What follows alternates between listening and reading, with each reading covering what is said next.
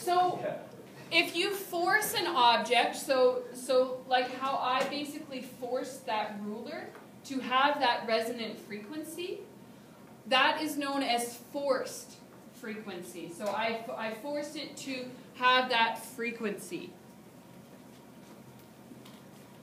If the forced frequency matches, so if the forced frequency matches or is close to the resonant frequency of an object, then very little force is required to keep it moving with that simple harmonic motion.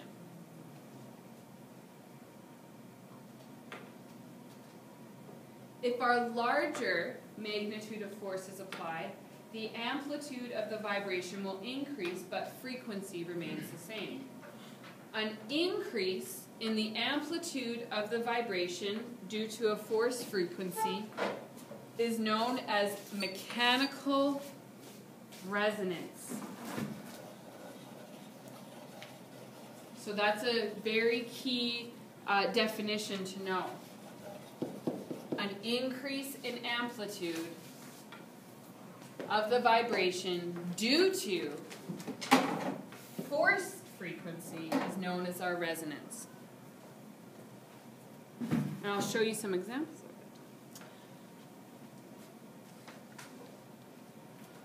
it. An increase in amplitude corresponds to an increase in energy. So it's like you're adding energy, which can cause destruction to the object that the mechanical resonance is occurring in.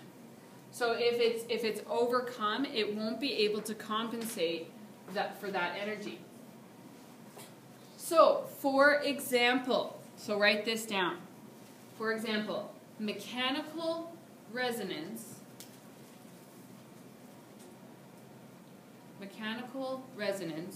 explains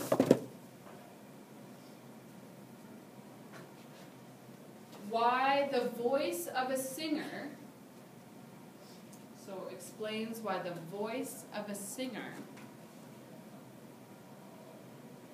and then put in brackets, that's forced frequency in this example. So the actual voice of the singer is the forced frequency, can be used to shatter a glass when the note produced by the singer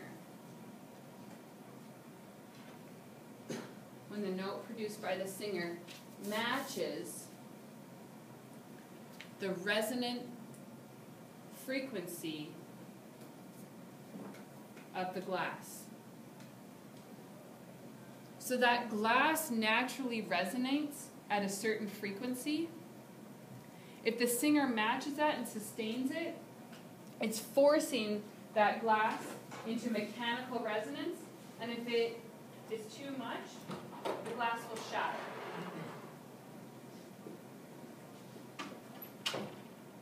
Another example, mechanical resonance also explains why when soldiers march in step, armies have been known to collapse bridges because the marching of the soldiers, which is i.e.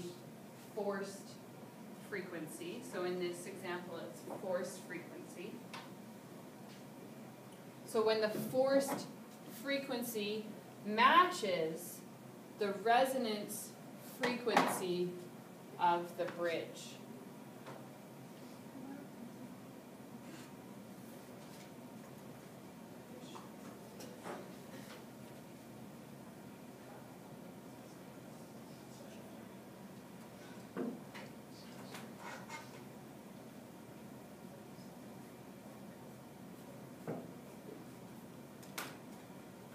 If the force frequency doesn't match the resonant frequency, and an increase in the amplitude of the object cannot occur. So only when the force frequency is matched can you do this. So, for example,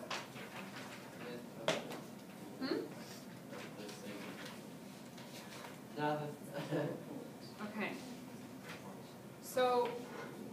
I'll show you this one first. So here, well, you'll just watch. I won't explain.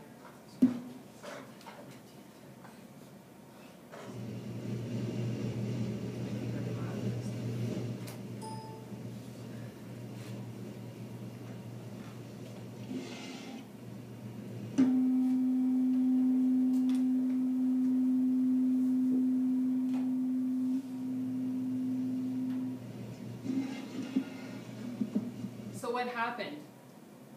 He striked one of the tuning forks. Both tuning forks are identical, so they both resonate at the same frequency. What happened when he touched the one tuning fork? What was still happening? What was vibrating? The other one. Okay, because the first tuning fork had a resonant frequency, and those sound waves traveled and transmitted that energy to the tuning fork beside it. Since it was making the exact same frequency as the resonant frequency of the other tuning fork, then the other one started making noise. Okay, so we watch it again, and then I'll keep going.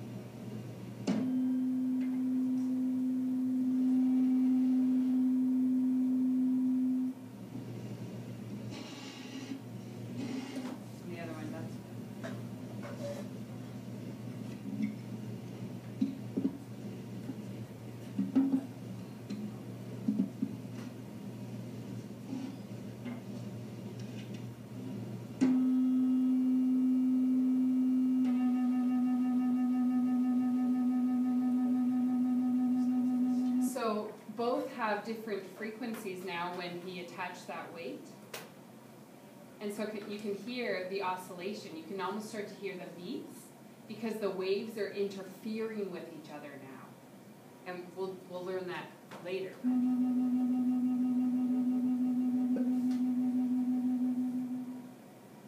Cool, eh? Now this one's just cool. Oh! Could you do that? I'll show you again.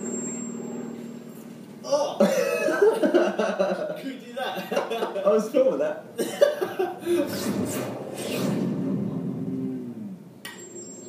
Hello, Internet. Dale, how's the tune? Yeah, it's good. I think it's A apparently. A. Sounds like A. Sounds like A, definitely. A. Yeah. So I've heard that tuning fork, when you dunk it in water, the frequency vibrates the water in a cool way that looks good at slow mo. Yeah, I'll take this. Yeah. Yeah. Oh, yeah. So I have some choices for you, Dad. Do you think it will look A, really crap and not good, Yeah. B, rubbish, or D, really awesome? Really awesome. Let's do it. Alright, give it a right whack. Give it a right whack. Ready? Yeah. Let's go. Whoa. Whoa!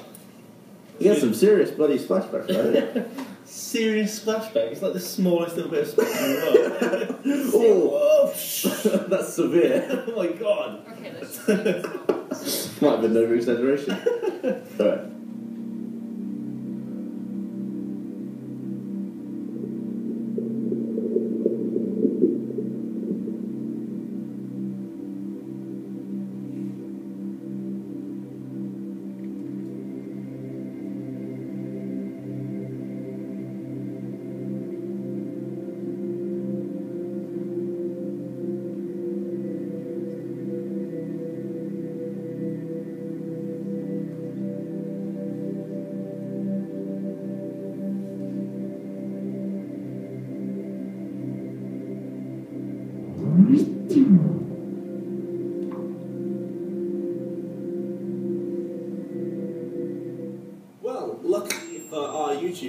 Oh! That's all it could be. Okay, so the frequency of the tuning fork was larger than the resonance of the water. So it basically, you think about it almost like how it broke, how the soldiers marching would break a bridge, just and the water sprayed everywhere. Okay, here's another one.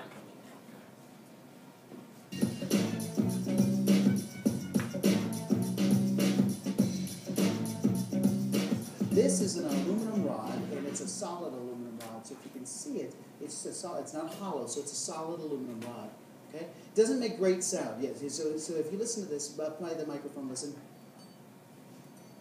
That's so much. That's that transverse wave. That's that up and down wave. Oh. Right? But a compression wave is completely different. And a gentleman from the University of Texas taught me how to do this. No, Texas A&M. I have cello rosin on my fingers, all right? So I can't touch anything now because I'm sticky. But here's cello rosin. I've already done the rod for you, so I think that you're going to be fine. Otherwise, you're going to be sticking to the typewriter. So a cellist uses this You've before got it. she So here's the plays her rosin. key. So now I've got this here. And so now what I want you to do is balance it in the middle like this. And now you just pull across and listen. Just pull, stick, and slide. Listen to that. Try it. Got it? Yeah, so you've got it. Listen to this. Is that the most... Our sound person is now very... Oh, there you go. Isn't that just amazing? That's So you're, amazing. and it's not... It's just a... So it's playing a rod. Here we go. Here we go. Isn't that just amazing? And there's nothing more fun than teaching, I don't know, 23 kids in a class to do this and then releasing them to go to the library. All right? So isn't that just amazing? So we have different... And it's just an amazing sound, and it comes right out of the end. Right That is amazing. And you just get this at a hardware store? Yeah, yeah. So it's so again, you just kind of hang and hold it there, and it takes a little. Oh, there's a different sound. It takes a little vibration. There, you see, nice job. You've got every dog in the world screaming, and now we have our sound engineers. That. Okay, so that's obviously another example. So I